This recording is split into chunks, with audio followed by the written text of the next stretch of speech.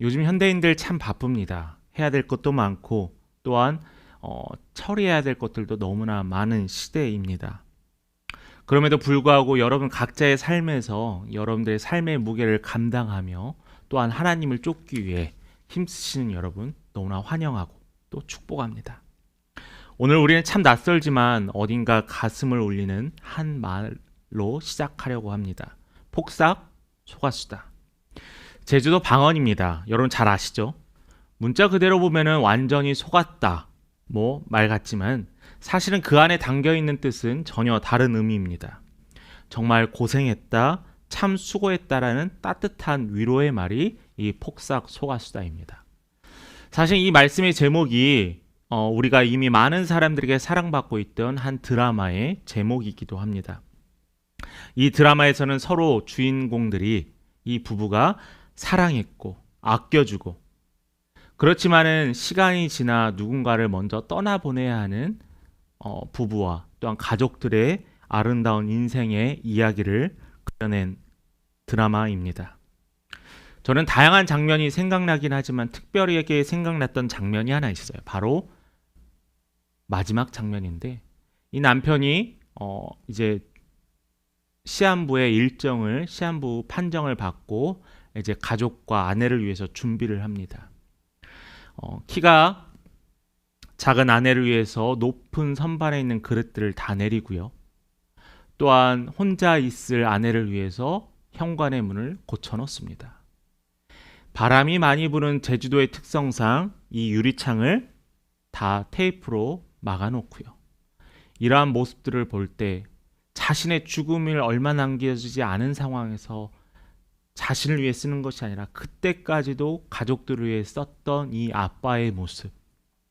그러면서 이 드라마의 마지막에 전한 말은 인생 전체가 사랑이었다라는 고백이었습니다.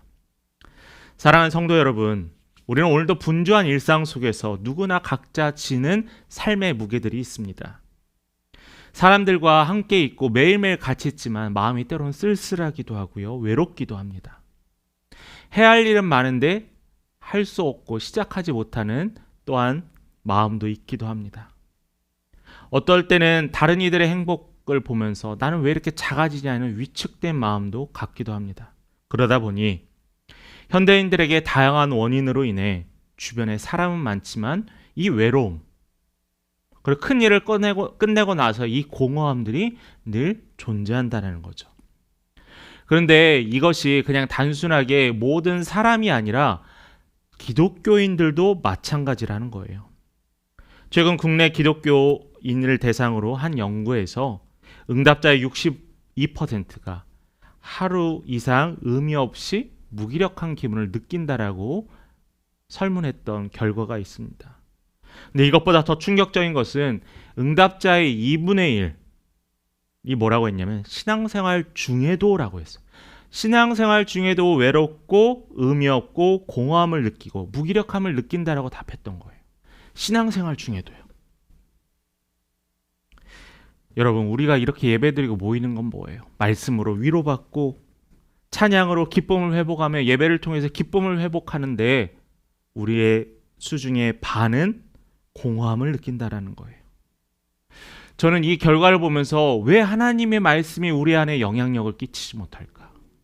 세상의 진과 세상의 것들에 관해서 왜 하나님은 그것을 우리는 하나님을 통해 그것을 뛰어넘지 못할까라는 안타까움이 있게 됩니다.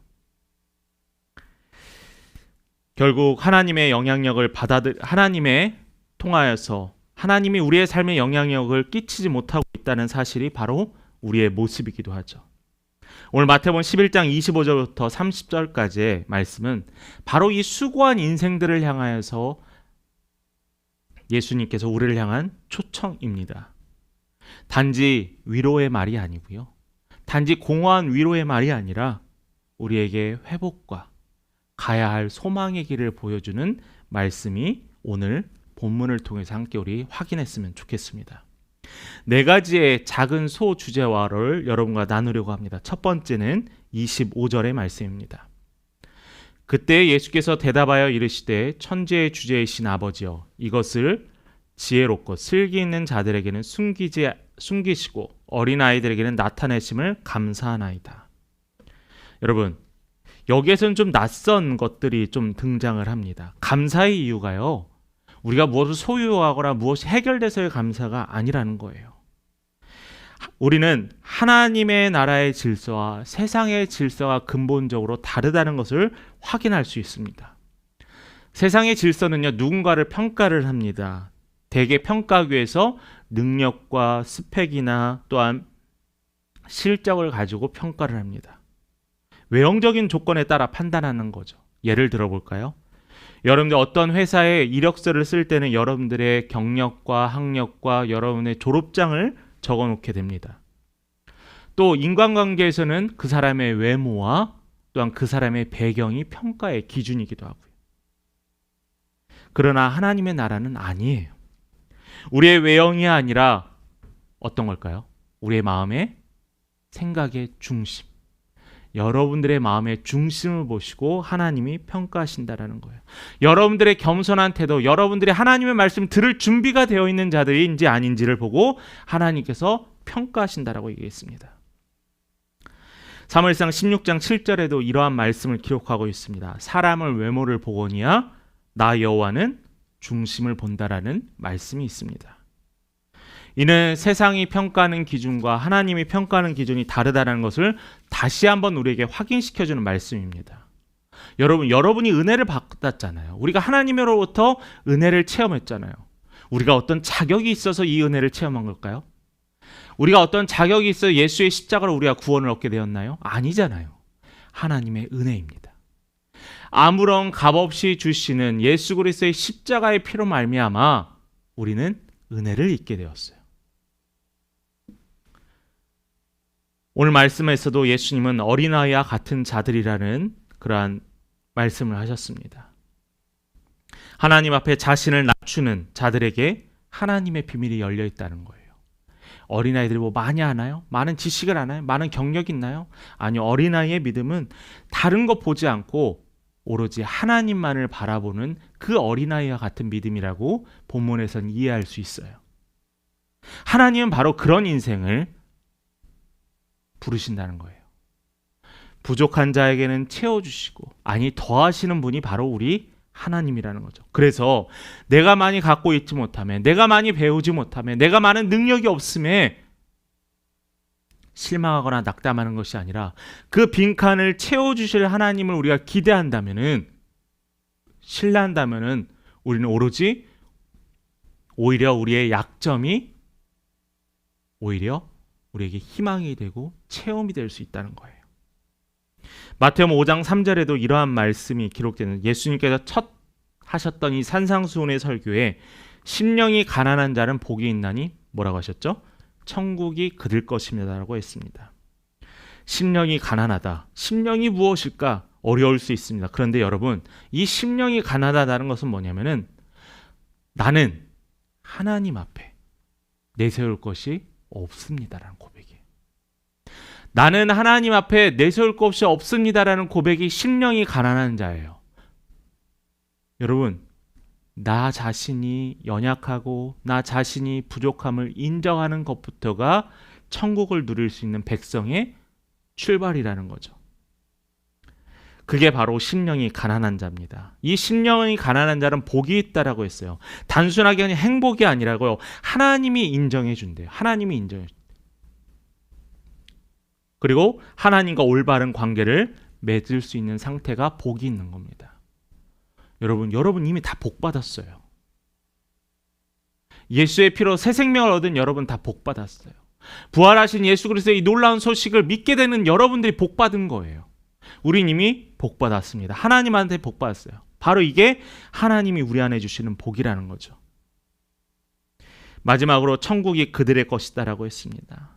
심령이 가난한 사람, 하나님을 인정하고 나의 부족함을 인정하는 자에게는 하나님께서 채우시고 더하시는데 그들에게는 더해서 어떤 복을 주신다고 하면 천국을 주신다라고 했어요. 심령이 가난할 수 있는 것은 이미 그들은 하나님을 모시고 사는 하나님의 백성이라는 것을 뜻합니다. 하나님은 백성은 이 땅에서 하나님과 함께 살아가며 장차 다가올 하나님의 나라에도 참여할 수 있는 기회를 얻게 되었다는 거죠. 하나님은 바로 그런 인생을 귀하게 여기십니다. 하나님의 눈으로 볼 때 여러분들은 얼마나 진실되게 살았는지, 겸손하게 살았는지가 중요하다는 거예요. 그러므로 여러분에게 간절히 권면합니다. 하나님 앞에 진실하세요. 하나님께서 우리가 말하지 않는다고 모르시는 분이 아니잖아요. 하나님은 우리의 입술을 통해 회개하기 원하고 우리의 입술을 통해 우리의 마음을 통해 듣기 원하신다라는 거예요. 그 하나님의 마음을 여러분이 아신다면 하나님께 진실되게 하나님을 신뢰하고 오늘을 감사함으로 보내시길 바랍니다. 두 번째로는 28절의 말씀입니다. 수고하고 무거운 짐진 자들아 다 내게로 오라. 내가 너희를 쉬게 하리라. 수고. 여러분이 지친 삶 속에서 직장을 마치고 학업을 마치고 집에 오면 어때요? 마음이 놓여지고 지친 몸을 샤워하면서 또한 목욕하면서 지친 몸을 씻겨내려 갑니다. 여기에서 수고라는 말은 녹초가 되다라는 뜻도 포함되어 있어요. 근데 이 말씀은 그냥 피곤한 우리에게, 불안한 우리에게 말로 하는 위로가 아닙니다. 마치 우리 밥 한 끼 하자라는 그냥 의미 없는 말이 아니에요. 인생의 무게를 지고 가는 우리의 삶 속에서 하나님께서, 예수님께서 구체적으로 우리에게 약속해 주신 말씀이라는 거죠. 우리의 육체의 피로뿐만 아니라 우리의 마음의 위로, 우리의 영적인 위로, 우리의 사회적으로 살아가면서 만나는 이러한 다양한 위기 속에서의 위로를 포함하는 것이 바로 28절 수고하고 무거운 짐진 자들을 향한 말씀입니다. 그들을 향해서 예수님께서 뭐라고 해서 친히 오라라는 거예요. 내가 너를 초대할 테니 너는 나에게 오라라는 거예요. 이 말씀은 창조주이신 하나님께서 친히 고통받는 우리 피조물들을 향해서 내미신 손이라는 겁니다. 시편 55편 21절에도 이렇게 이야기하고 있어요. 내 짐을 여호와께 맡기라. 그가 너를 붙드시고. 하나님께서는 너무나 감사한 것은 우리한테 짐을 들고 오라는 것뿐만 아니라 하나님께서 우리의 짐을 외면하지 않으세요. 하나님께서 우리의 짐을 알고 계세요.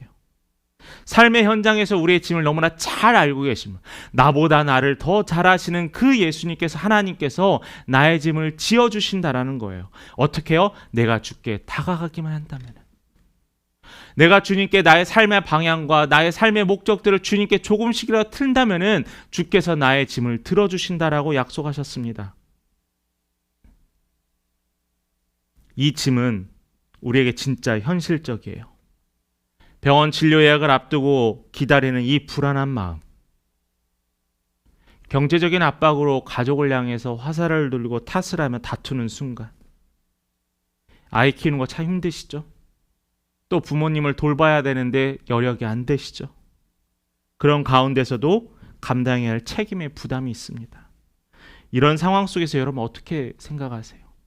하나님, 왜 나에게 이런 힘든 일이 일어납니까? 왜 하나님 나를 도우시지 않으십니까? 라고 한탄하고 원망하기도 합니다. 그런데 이런 우리에게 하나님께서 이렇게 얘기하세요. 왜 걱정하느냐? 왜 두려워하느냐? 내가 너와 함께 하리라라는 거예요. 그 짐을 맡기라라는 거예요. 우리가 내려놓지 못하고 내가 이렇게 꼭 쥐고 있으니까 나는 점점 피폐해지고 힘들어지고 지쳐가는 거예요. 이 삶의 무게로 인해서 하나님과 나와의 이 담이 점점 높게 쌓여진다는 겁니다. 한 성도님이 있었습니다. 이 성도님이 참 미소도 짓고 교회에서 봉사도 열심히 하시는 분이셨어요. 근데 알고 봤더니 이분이 회사에서 권고사직을 받았습니다. 여기 계신 성도님들, 말씀 들으시는 우리 여러분들도 만약 여러분이 권고사직 받으면서 웃으면서 사람을 대할 수 있을까요? 이 예배의 자리가 감사의 자리가 될까요? 힘들죠. 그런데 엎친 데 덮친 격으로 아버지의 병간호도 해야만 했습니다. 그러던 어느 날 주일 설교 중에서 처음으로 예배당에서 눈물을 쏟을 때가 있었습니다. 하나님께서 그 말씀을 들으면서 이 성도님에게 마음의 위로를 주셨어요. 그러면서 기도해서 하나님, 저 이제 더 이상 혼자 못하겠어요. 도와주세요라고 기도했습니다. 그날 이후 그 성도님의 삶이 변화됐습니다. 문제가 해결돼서 변화됐다고요? 아니에요. 모든 문제가 한 번에 해결돼서 변화됐을까? 아니에요. 물론 하나님께서 하나하나 해결해 주셨습니다. 근데 무엇 때문에 이 성도님이 변했냐면은 함께 울어주시는 하나님을 느꼈어요. 내가 혼자 이 모든 고통을 짊어지고 가야 된다는 그 외로움이 아니라 예수께서 나와 함께 이 짐을 감당하시는구나라고 느꼈습니다. 체험했습니다. 이 초청을 향해서 여러분들도 초청하고 있는 수고한 자, 무거운 짐진 자, 예수께서 뭐라고 하셨죠? 오라라고 하셨습니다. 내가 너를 쉬게 한다고 약속하셨어요. 결국 이 쉼은 주께 맡길 때 가능하다라는 겁니다. 세 번째가 바로 쉼은 멈춤이 아니라 회복의 시작입니다. 29절 말씀입니다. 나는 마음이 온유하고 겸손하니 나의 멍에를 메고 내게 배우라. 그리하면 너희 마음이 쉼을 얻으리니. 예수님께서 주시는 쉼은 우리가 바쁜 일상 속에서 스탑하고 쉬는 게 아니에요. 운동을 막 열심히 하고 체력을 회복해서 쉬는 게 아니에요. 이 단어는요, 예수님께서 말씀하시는 쉼은 회복입니다. 회복. 내 내면의 안식이에요. 단순히 일을 멈추는 것이 아니라 우리의 영혼이 회복되는 거예요. 다시 한번 이야기하면 쉼은 외부의 환경에 의해서 쉴 수 있는 게 아니라 주를 내 안에 모심으로 쉼이 가능하다는 거죠. 마가복음 6장 31절에 이 쉼에 대한 명령이 있습니다. 예수님은 제자들에게 너희는 따로 한적한 곳에 가서 좀 쉬어라 라고 했어요. 이들이 사역을 하고 예수님께 파송을 받고 사역을 하고 사람들을 만나고 성령의 놀라운 능력으로 귀한 체험들을 했습니다. 지치기도 하죠. 두렵기도 하죠. 때로는 걱정하기도 했습니다. 그러한 그들의 모든 지친 마음과 육체를 예수님께서는 쉬라라고 했어요. 근데 이것은 그들의 모든 사역을 멈추라는 게 아닙니다. 너희들이 썼던 에너지, 너희들이 썼던 고갈된 영적인 힘과 능력들, 바로 예수의 이름으로 회복하라는 거죠. 언제까지 우리가 과거의 신앙으로 지금 현재의 신앙을 유지하시겠어요? 내 부모의 신앙을 가지고 내 자녀의 신앙이 언제까지 유지될 수 있을까요? 누군가의 기도로 내 삶이 유지되는데 언제까지 그의 기도를 통해서 내 삶이 유지될 수 있을까요? 아니라는 거예요. 회복이라는 말은 내가 해야 돼요. 왜요? 고갈되기 때문에요. 사역도 헌신도 온전한 회복 안에서 이루어져야 합니다. 주님의 말씀은 주님을 따르고 주님의 방식으로 살아가라는 우리를 향한 명령이에요. 교회 공동체 안에서는 쉰다라는 말을 사역을 그만둔다라는 말로 착각할 때가 있으면 저는 너무나 마음이 아파요. 목사님, 제가 많은 이 사역들 때문에 제 믿음이 성장하지 못하는, 저는 이건 불가능하다고 생각을 합니다. 문제의 원인이 사역 때문이 아니라 내가 주의 말씀에 매달려 있고 주를 찾기에 소홀하기 때문에, 주의 도우심을 구하지 않기 때문에 내 영혼이 고갈되어졌기 때문에 결국엔 사역을 내려놓게 되는 거예요. 사역 내려놓는다고 해결된다고 전혀 그렇지 않습니다. 내가 이 안에 매여 있고 내가 이 안에 소속되어서 내가 발버둥 칠 때 회복되어진다는 거, 이거 꼭 기억하시길 바라요. 예수님께서 말씀하신 쉼은 사역의 중단이 아니라 회복되는 것이다라는 걸 여러분 기억하셨으면 좋겠습니다. 우리는 스스로에게 묻고 점검하십시오. 이 질문이 맞는 질문이다. 내 마음에 지금 예수님이 안식하고 있는가, 모시고 있는가라는 거예요. 예수 안에서 새 힘을 얻어 회복하시는 우리 성도님들이 되시길 간절히 소망합니다. 우리 마지막은 30절입니다. 이는 내 멍에는 쉽고 내 짐은 가벼움이라 하시니라 라고 했어요. 여기에서 멍에는 사실 소 2마리가 소가 끄는 이 연결하는 짐을 끌기 위한 사용하는 나무 틀입니다. 이는 단순히 부담이나 힘을 나누어지는 것만 이야기하는 게 아니라 협력하는 거예요. 또 동행하는 의미가 포함되어 있습니다. 예수님이 우리에게 멍에를 매라고 하신 것은 너 혼자 감당이라는 게 아니고요. 예수께서 그 멍에를 내가 함께 지어주겠다라는 거예요. 뿐만 아니라 예수님께서는 우리와 함께 그 가야 할 길을 인도하시고 이끄신다는 것. 그게 바로 동행입니다.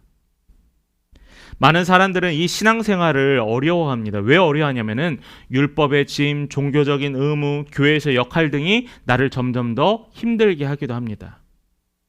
그러나 예수님의 말씀에는 멍에에는 그런 짐과는 전혀 달라요.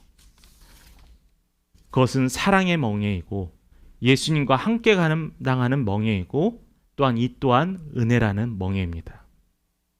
예수님과 함께 멍에를 맨다는 것은 곧 주께서 우리의 짐을 함께 지고 계신다라는 말의 의미예요. 여러분, 저는 여러분 쓸데없는 에너지 쏟지 않았으면 좋겠어요. 물론 그 에너지에도 그 힘에도 의미가 있고 성장하는 과정이 있겠지만은 여러분, 쉬운 답안지가 있는데 왜 어려운 답안지를 위해서 계속 찾고 고민하십니까? 그 답을 올바로 찾지 않고 또 넘어질 때로 얼마나 많습니까? 최선의 답은요, 이미 주어졌어요. 우리가 너무나 잘 알아요. 하나님께 집중하는 거라는 거죠. 예수님과 함께 우리가 멍에를 맬 때 우리는 세 가지 유익을 경험하게 됩니다. 첫 번째는 평안이에요. 예를 들어 봅시다. 무서운 길을 혼자 걸어갈 때 우리는 혼자 무서움을 느낍니다. 근데 2명, 3명 같이 걸면은 위안이 돼요. 내가 이 과제를 하기 위해서 내가 혼자 해야 된다면은 그 과제가 벅찬 너무나 높은 산과 같을 때도 있지만은 함께 나누었을 때 우리는 그 산이 충분히 감당할 수 있는 산이라고 생각을 합니다. 마찬가지예요. 우리가 지금 짊어지고 있는 삶의 다양한 해야 될 일들과 것들에 대해서 예수님께서 기대라라고 이야기하는 거예요. 평안하라고요. 둘째는 방향입니다. 멍에는 방향을 함께 맞출 때 제대로 작동합니다. 우리는 예수님과 보조를 맞추며 간다는 거예요. 그러니까 잘못된 길을 가야지 않는다라는 거죠. 예수와 함께 같은 방향을 보고 걸어가기 때문에요. 마치 우리가 신발을 신고 신발의 양쪽이 같은 방향을 보고 걸어가듯이 이것과 마찬가지로 예수님과 함께 보조를 맞추고 같은 방향을 맞추며 살아가게 됩니다. 그것을 통하여서 우리가 또 얻는 유익인데 성장한다는 거예요. 예수님의 제자들은 3년 동안 예수와 함께 사역하고 보고 듣고 예수의 말씀을 듣고 때로는 꾸지람도 들었습니다. 그들이 3년 전에 그들의 삶과 예수와 함께 했던 3년 끝의 삶에 보면은 그들은 놀랍도록 많은 삶의 것들이 바뀌어져 있었어요. 물론 예수가 만나서 예수가 나를 따르라는 그 놀라운 결단 이후에 큰 결단이었죠. 그 이후에 별로 성장하는 게 없다라고 생각할 수 있지만은 그러나 그들은 차근차근 빠르지는 않지만 천천히라도 많이는 않지만 적지라도 그들은 성장하고 변화되어 왔다는 거예요. 여러분, 예수님과 함께하는 멍에는 위로입니다. 혼자가 아니다는 보증이기 때문이죠. 내가 무너지지 않도록 옆에서 끌어주시는 분이 있다는 이 확신, 이것으로 인하여 여러분들의 삶의 모든 것들이 채워지길 간절히 소망합니다. 말씀 마무리합니다. 오늘 주의 말씀을 여러분은 어떻게 들으시고 어떻게 이해하셨나요? 지금 당장 후에 여러분은 어떤 결단을 하시겠나요? 저는 여러분들이 말씀에 순종하는 결단이 일어나길 간절히 소망합니다. 삶의 거룩한 습관을 만들어 보세요. 하루의 시작을 예수님과 함께 시작하세요.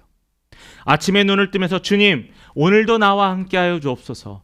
주님, 오늘도 예수님과 함께 하겠습니다라는 결단의 기도로 하루를 시작하세요.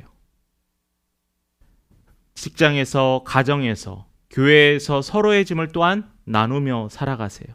그러한 신뢰의 관계도 만들어 가시길 바랍니다. 그러기 위해서 여러분들이 예수님의 부르신 손을 붙잡고 그 붙잡은 손으로 말미암아 누군가에게 그 손을 내미셨으면 좋겠어요. 다른 이의 무게도 함께 지는 삶입니다.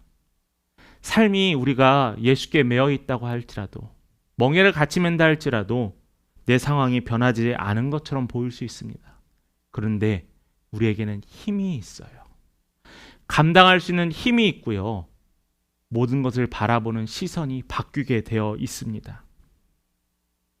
하나님께서는 우리의 무게를 아시고 우리와 함께 그 짐을 메시며 이렇게 이야기하십니다. 우리 성도님들과 함께 이 오늘 말씀의 제목으로 서로 위로했으면 좋겠습니다. 폭삭 속았수다. 참 잘 견뎠습니다. 이제 우리 함께 주 안에서 쉬어갑시다. 회복합시다. 오늘 이 말씀을 기억하면서 예수님이 다시 오시는 그날까지 우리는 하나님과 동행하는 놀라운 은혜가 여러분의 삶의 구석구석마다 일어나기를 간절히 축원합니다.